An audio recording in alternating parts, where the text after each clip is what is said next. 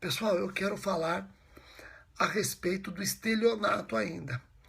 No primeiro vídeo a respeito do estelionato, nós trabalhamos os sujeitos ativo e passivo. Eu aprofundei bastante o sujeito passivo.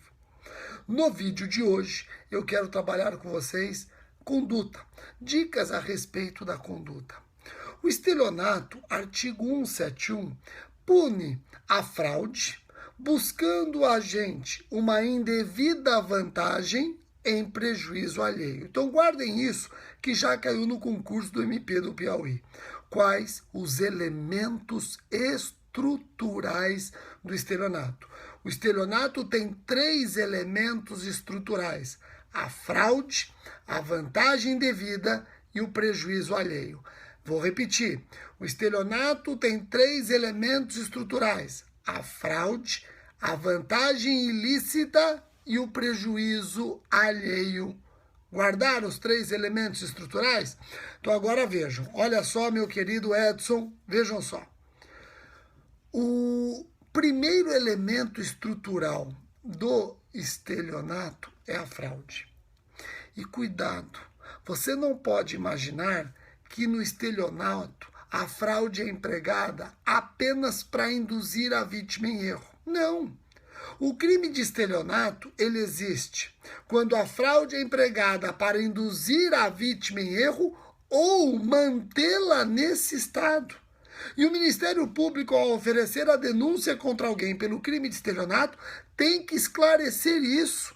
O crime, ele existe na fraude para induzir a vítima em erro ou na fraude para manter a vítima nesse estado. Então o promotor tem que explicar se o agente empregou a fraude para induzir a vítima em erro ou se empregou a fraude para mantê-la em erro. Qual é a diferença? Quando o agente emprega a fraude para induzir a vítima em erro, é o agente que cria a falsa percepção da realidade. Agora, quando a gente emprega a fraude para manter a vítima nesse estado, a vítima espontaneamente se equivocou e o agente a mantém nesse estado de equívoco. Compreenderam? Então, se eu te induzi em erro, se eu criei todo o cenário, a falsa percepção da realidade, eu pratiquei o estelionato, fraude, que te induziu a erro. Agora, se você já chegou até mim equivocada e eu te mantenho nesse estado, aí eu aplico o estelionato, fraude para manter a vítima em erro. Compreenderam? Ficou fácil?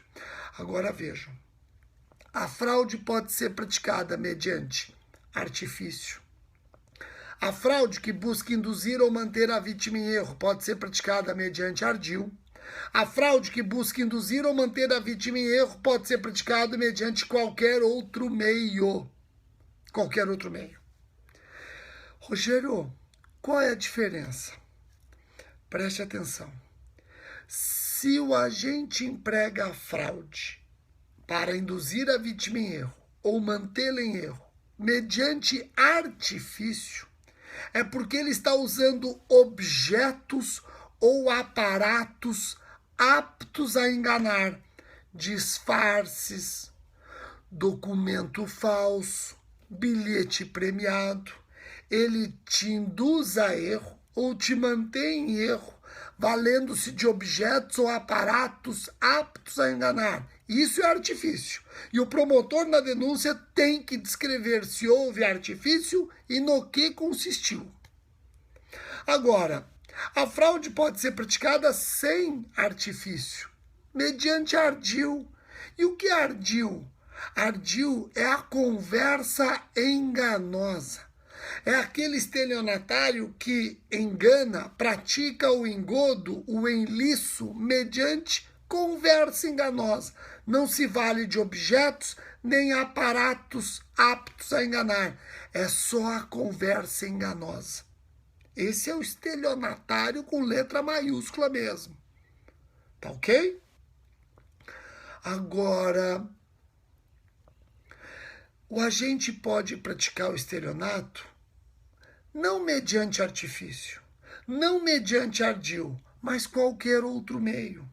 E esse qualquer outro meio é um encerramento genérico, porque o legislador não tem como prever todos os meios fraudulentos que podem ser empregados por um estelionatário. Encaixa-se nesse encerramento genérico o próprio silêncio. O silêncio pode ser um meio fraudulento, principalmente para manter a vítima em erro. Então, se o seu examinador te perguntar, doutor, é possível estelionato por omissão? Sim, o silêncio pode ser meio de execução do estelionato. Compreenderam? Joia? Então, hoje eu dei dicas a respeito do primeiro elemento estrutural do estelionato, a fraude. Falei que a fraude serve tanto para induzir a vítima em erro, quanto para mantê-la nesse estado, e essa fraude pode ser praticada mediante artifício, ardil ou qualquer outro meio fraudulento. Você que não assistiu os vídeos anteriores, estão todos disponíveis no meu canal do YouTube, tá bom? Pessoal, aqui estão pedindo para eu falar de decadência, mas o que decadência tem a ver com estelionato? O estelionato, a ação penal é pública e incondicionada, né? Por que estão pedindo para eu falar de decadência? Não entendi. Pessoal que perdeu o começo, etc., vídeo no YouTube, 158, já comentei o 158 também, vídeo no YouTube, tá ok? Eu vou falar de outros temas ainda de estelionato, fiquem tranquilos. Já falei se cabe suspensão condicional ao processo no vídeo passado.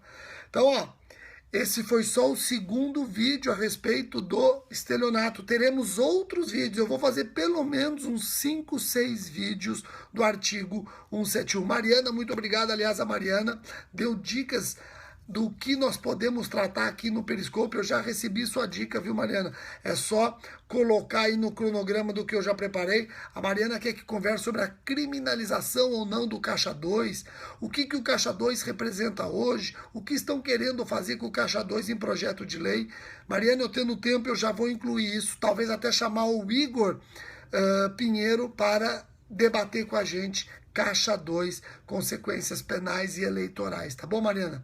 Muitíssimo obrigado pela atenção de todos, e aquele que não acompanhou o começo, logo eu já vou colocar esse vídeo no YouTube, tá bom? Obrigado, pessoal, até o próximo vídeo.